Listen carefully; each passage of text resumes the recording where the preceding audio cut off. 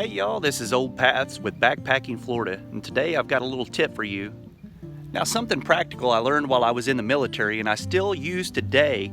When I pack for any backpacking trip, I will lay everything out in a particular order.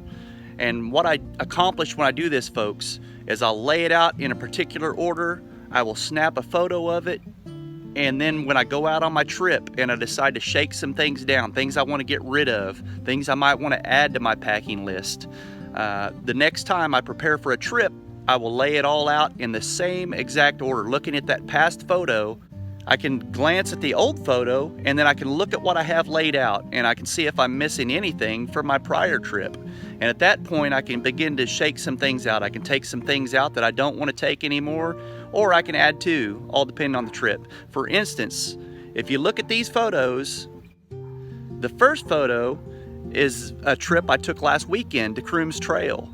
And some things I've learned over the past several weeks is that I don't need peanut butter in a 1-pound jar. That's extra weight. I haven't even touched the peanut butter, so I'm shaking that, I'm getting rid of it. The chips I hardly utilized, I'm getting rid of them.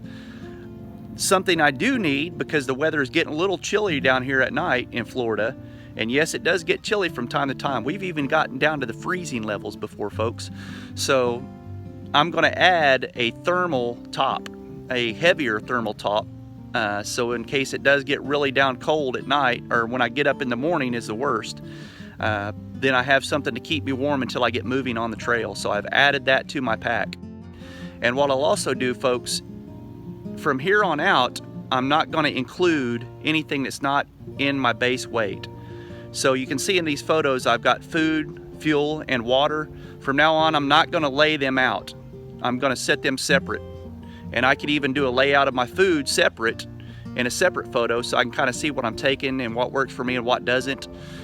But that's adding to my base weight. Those are things that are going to change from time to time. So in these photos, I want to try to keep them as much the same as possible. So at a glance, I can tell if I'm missing anything. And the great thing about these layouts, folks, is as soon as you're done laying everything out, you make sure you got everything, you go ahead and pack it. And if I've laid out everything that's in my base weight, then I can go ahead and just weigh up and get my base weight. Then come back later, grab my food, my fuel, and my water, throw them into the pack, and I'm ready to hit the trail. Now, folks, that's just something that we used in the military, and you might find it useful. It's good for preparing for the trip because you don't forget anything. What we did was we had a list, like an Excel spreadsheet, of items worn and items packed. And you want to keep those separate, folks. Of course, in my photos here, I don't have anything that's worn. Everything that's packed are a part of my pack.